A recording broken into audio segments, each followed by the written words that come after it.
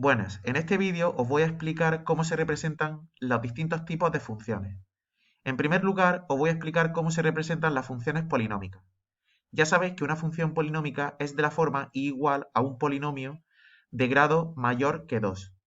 ¿Cuál es el dominio de una función polinómica? Pues todos los números reales, es decir, desde menos infinito hasta más infinito. Es decir, que yo puedo dar cualquier valor de x que siempre voy a obtener un valor de y. Bien, ¿cómo se representan las funciones polinómicas? Pues para ello debemos de seguir dos pasos. El primer paso es calcular los puntos de corte de la función con el eje x. Una vez que tengamos calculado los puntos de corte con el eje x, ¿qué es lo que tenemos que hacer? Pues realizar una tabla de valores, tal y como veis en esta imagen, ¿vale? Es decir, yo calculo los puntos de corte con el eje x y entonces esos puntos de corte, ya sean 3, 4 o los que sean, los pongo en la tabla de valores. Y entre medias voy dando valores intermedios, ¿vale? Para que luego pueda representar la función lo mejor posible. Aquí tenéis un ejemplo. Por ejemplo, imaginad que tengo la función x cubo menos 4x. Pues entonces calculo los puntos de corte con el eje x. Pues eje x igual a 0, con lo cual resuelvo la ecuación y me sale x igual a 0, x igual a 2 y x igual a menos 2.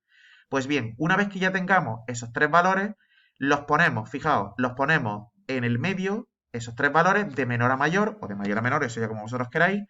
Y entonces, entre medias, pues por ejemplo, por encima del menos 2, pues doy el menos 3. Entre el menos 2 y el 0, pues doy el menos 1. Entre el 0 y el 2, pues doy el 1. Y entre el y después del 2, pues doy el 3. Bien, lo sustituyo en la función y me salen estos valores. Pues bien, ya represento esos 7 valores y la función me saldría, como veis, en la imagen, ¿vale? Y entonces ya sabéis que es una curva, no puede ser una línea recta. Bien, por otro lado tenemos las funciones radicales. Las funciones radicales son de la forma igual a la raíz de cualquier función. En particular, nosotros vamos a calcular o vamos a estudiar funciones en las que dentro tienen polinomios. Pues bien, ¿cuál es el dominio de una función radical? Pues el polinomio que hay de dentro mayor o igual que 0, porque ya sabéis que cuando tiene sentido hacer la raíz de un número, pues cuando ese número sea 0 o mayor que 0 o positivo. Los negativos no se pueden, a eso no se le pueden hacer la raíz cuadrada. Pues bien, lo primero que debemos de hacer para representar una función radical es estudiar el dominio, ¿vale? Es resolver esta inecuación y una vez que tengamos puesta esa inecuación, a partir del dominio realizamos la tabla de valores y una vez que tengamos la tabla de valores, pues ya representamos. Por ejemplo, imaginad que tengo la función f de x igual a raíz de x menos 3. Pues bien, estudio el dominio de esa función, es decir, x menos 3 mayor o igual que 0, resuelvo la inecuación y me sale x mayor o igual que 3. ¿Qué quiere decir? Que el dominio de f es desde 3 en corchete hasta infinito. Es decir, que el primer número que contempla la función y que da un valor de y es el 3, con lo cual la tabla de valores la empiezo por el 3. Pues entonces doy en la tabla de valores el 3 y dos más, pues por ejemplo el 4 y el 5. Lo sustituyo en la x y me saldrían estos resultados. Pues bien, represento esos tres puntos y lo uno de esta forma, es decir, partimos del punto 3, 0 y a partir de ahí hago la curvita, ¿vale? Bien, ¿qué más cosas se le puede hacer a una función radical? Pues el dominio y también los puntos de corte con los ejes, ¿vale? Entonces voy a poner dos ejemplos en los que solamente vamos a calcular el dominio y los puntos de corte con los ejes, no vamos a representarlo. Pues bien, yo tengo esta función, la primera, raíz de 2 menos 4x, y entonces, ¿cuál sería el dominio? Pues 2 menos 4x mayor o igual que 0. Resuelvo la inecuación, el 2 lo paso al segundo miembro, cambia de signo, y el menos 4 lo paso dividiendo. Ya sabéis que cuando se divide entre un número negativo, hay que darle la vuelta a la desigualdad. Por tanto, me quedaría que x es menor o igual que un medio. Por tanto, ¿qué quiere decir? Que el dominio sería desde menos infinito hasta un medio entre corchetes, ¿vale? Si yo quisiera representar esta función, ya sabéis que el primer valor que le daría sería un medio y luego tengo que darle valores que vayan hacia el menos infinito. Pues, por ejemplo, el 0 y el menos 1, ¿vale? Bien, a esta misma función también se le puede calcular los puntos de corte con los ejes. Pues bien, eje x igual a 0, con lo cual la ecuación la igualo a 0. Como es una ecuación radical, elevo los dos miembros al cuadrado. el cuadrado se va con la raíz y ya despejo la x. Por tanto, me sale que la x vale 1/2. Por tanto, el primer punto de corte sería el 1/2, 0. ¿Vale? Ya sabéis que primero se pone la x, después se pone la y. Y con el eje y, la x vale 0, y si resuelvo, la y vale raíz de 2. Por tanto, el punto sería raíz de 2, perdón, esto está mal, sería 0, raíz de 2. ¿Vale? Bien, por otro lado tenemos la función x cuadrado menos 1, la raíz de x cuadrado menos 1. Pues bien, si quiero estudiar el dominio, sería lo de dentro de la raíz, x cuadrado menos 1, mayor o igual que 0. Pues bien, aquí que tenemos una inecuación de segundo grado. Recordad, ¿cómo se calculaba o cómo se resolvía una inecuación de segundo grado? Pues primero resolvíamos la ecuación, es decir, x cuadrado menos 1 igual a 0, resolvemos y nos daría 1 y menos 1, y después estudiamos el signo, desde menos infinito hasta menos 1, desde menos 1 hasta 1 y desde 1 hasta infinito. Pues bien, cogemos un valor intermedio y lo sustituimos en la ecuación, ¿vale? Y nos sale positivo, negativo, positivo. ¿Con qué nos quedamos la solución? Con los positivos. ¿Por qué? Porque la solución tienen que ser aquellos que den mayor o igual que 0.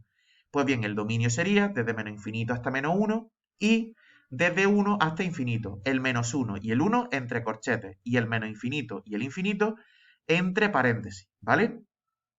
Por otro lado, los puntos de corte con los ejes serían de la siguiente forma. Eje x igual a 0, con lo cual resuelvo la ecuación y me sale x igual a 1 y x igual a menos 1. Por tanto, los puntos de corte serían el 1, 0 y el menos 1, 0. En cambio, cuando hago los puntos de corte con el eje y, es decir, la x vale 0, si sustituyo el 0 en la función, que me saldría raíz de menos 1. Y eso no existe, no existe. Eso no existe en los reales, en los complejos sí, pero bueno, como aquí estamos trabajando con números reales, ponemos que no existe y por tanto no habría puntos de corte con el eje y, ¿vale? Por otro lado tenemos las funciones de proporcionalidad inversa. Las funciones de proporcionalidad inversa son de la forma y igual a k partido a x, con x distinto de 0. ¿Cómo se llama su gráfica? Estas funciones sí tienen, su gráfica sí tiene un nombre, que se llama hipérbola, ¿vale? No hipérbole, que hipérbole es la exageración, es un recurso literario, así que no debemos de confundirlo con hipérbole, es decir, es hipérbola, ¿vale? ¿Cuál es el dominio de toda función de proporcionalidad inversa? R menos el 0, ¿vale? Cualquier número real menos el 0. Tiene sentido, porque en una división, ¿cuándo no se puede hacer una división? Cuando vaya a hacer una división entre 0, ¿vale? Por tanto, el 0 no pertenece al dominio. Bien, ¿cómo se representa una función de proporcionalidad inversa? Pues dando 3 valores positivos y 3 valores negativos. Nunca se le da el 0, ¿vale? Pues bien, una vez que tengamos eso ya, pues entonces representamos y nos saldrían las ramitas de la hipérbola. Por ejemplo, imaginamos que tenemos la función 2 partido x o menos 12 partido x. Pues bien, damos 3 valores positivos, 3 valores negativos, y entonces al representarlo nos saldría o de esta forma, o nos saldría, el menos 12 partido x, nos saldría la gráfica de esta forma. ¿Cuándo va a salir de una forma o de otra? Cuando el numerito que hay arriba, es decir, cuando la k sea mayor que 0, nos saldrá la hipérbola en el primero y en el tercer cuadrante. Cuando la k sea menor que 0, nos saldrá la hipérbola en el segundo y en el cuarto cuadrante, ¿vale? Aquí lo he hecho directamente, pero bueno, si representáis bien los puntos, saldrá bastante más, saldrá mejor que lo que yo lo he hecho, ¿vale? Luego aquí os he puesto dos ejemplitos más que pueden dar la cosa de que sea una función de proporcionalidad inversa, pero no lo son, ¿vale? Porque ya sabéis que para que sea de proporcionalidad inversa tiene que ser un número partido a x. Y esto tiene x elevado a 2 y esto tiene x elevado a 3. Pues bien, se resuelve, o sea, para representarla, se realiza de la misma manera. Yo doy 3 valores positivos y doy 3 valores negativos, porque a pesar de no ser funciones de proporcionalidad inversa, el único valor que no puedo darle a la función es el 0, porque no puedo hacer 1 entre 0, ni aquí, ni 1 entre 0 aquí, ¿vale? Por tanto, doy 3 positivos, doy 3 negativos y la 1 partido x cuadrado me saldría de esta forma. Y en la 1 partido x elevado al cubo, pues doy 3 positivos y 3 negativos y entonces me saldría una función similar, es decir, me saldría una hipérbola, ¿vale? Pero no sería una función de proporcionalidad inversa. Lo que pasa es que su gráfica sí es similar a la de la proporcionalidad inversa. ¿De acuerdo? Bien, por otro lado tenemos las funciones racionales. Bien, estas funciones son aquellas que son de la forma un polinomio entre otro polinomio, ¿vale? Siempre y cuando el polinomio del de abajo sea distinto de cero. ¿Cuál es el dominio de una función racional? El dominio de una función racional son todos los números reales menos aquellos que anulan el denominador, porque como ya os he dicho antes, toda división existe salvo cuando sea entre cero. Con lo cual, lo de abajo no puede ser nunca cero, ¿vale? Pues bien, por ejemplo, imagina, aquí he puesto dos ejemplitos para que veáis cómo se calcula el dominio y los puntos de corte con los ejes. Bien, tengo la función x más 1 partido x cuadrado menos 5x más 6. Pues bien, si yo quiero calcular el dominio, ¿qué es lo que hago? Coger el denominador en bloque e igualarlo a 0. Pues bien, si yo cojo el denominador y lo igualo a 0, me sale una ecuación de segundo grado, que me saldría 2 y 3. ¿Qué quiere decir? Que si yo sustituyo la x por 2, me va a salir un número partido 0. Y si yo sustituyo el 3 en la función, me va a salir un número partido 0. Es decir, por tanto, que el dominio de la función serían todos los números reales exceptuando el 2 y el 3, ¿vale? Porque son aquellos valores que hacen que la división sea entre 0 y no se pueda realizar, con lo cual son puntos que no pertenecen al dominio, ¿de acuerdo? En cambio, en la otra función, cuando yo cojo el denominador y lo igualo a 0, me sale una ecuación que no tiene solución en R. Por tanto, ¿qué quiere decir? Que puedo hacer la división siempre que yo quiera. Por tanto, el dominio de la función en este caso será todos los números reales, ¿vale? ¿Por qué? Porque no hay ningún valor que haga el denominador 0. Bien, ¿puntos de corte con los ejes? Pues exactamente igual que en las otras funciones. Por ejemplo, en la primera, en la f, pues puntos de corte con el eje x, pues la y vale 0. Pues bien, cojo la ecuación y lo igualo a 0. ¿Cómo se resuelve esta ecuación? Pues lo que está dividiendo pasa multiplicando y me quedaría que x más 1 es igual a 0, por tanto x igual a menos 1. Por tanto, el punto de corte será menos 1, 0.